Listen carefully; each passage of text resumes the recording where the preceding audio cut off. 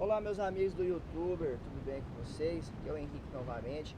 Pessoal, o vídeo de hoje é um vídeo muito simples, mais simples que painel de Fusca. É o seguinte, pessoal, você está com a borracha do seu carro fazendo barulho, aquele grilinho incomodando você.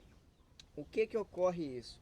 Ocorre que a borracha fica ressecada e ela começa a fazer aquele barulho. E ela estando ressecada, ela faz com que entre poeira para dentro do carro também. O que a gente vai fazer? A gente vai passar o silicone spray. Ele é de Tutti Frutti, já tem um vídeo dele no canal aí falando sobre o vidro, que ele também ajuda o vidro a subir e descer, mais leve, né? A gente vai estar aplicando na borracha aqui. Esse produto vai fazer com que a borracha fique macia e que pare de fazer o grilinho que incomoda, tá bom? A gente vai estar aplicando aqui, lembrando que tem que estar bem limpo a borracha. Eu acabei de limpar, tá até meio molhada ainda. Você limpa bem e aplica, tá? Você dá uma chacoalhada aqui e aplica em toda a borracha.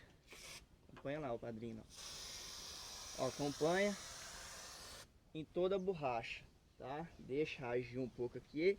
Esse produto vai fazer com que fique bem macia a borracha, que não entre poeira e que pare aquele grilinho lá, tá? Você faz isso nela toda. Depois de ter fazido o processo, você tira o excesso, né? Que vai para a lata, que não pega na borracha. Dá uma limpadinha, só por higiene mesmo. E é isso, o seu carro vai acabar aquele barulho de borracha, tá? Não se esqueça de deixar o seu like, se inscreve no canal aí. Tô sempre trazendo uns vídeos interessantes que possam estar te ajudando. Às vezes um não te interessa, às vezes outro interessa. Não é fácil agradar todo mundo, né?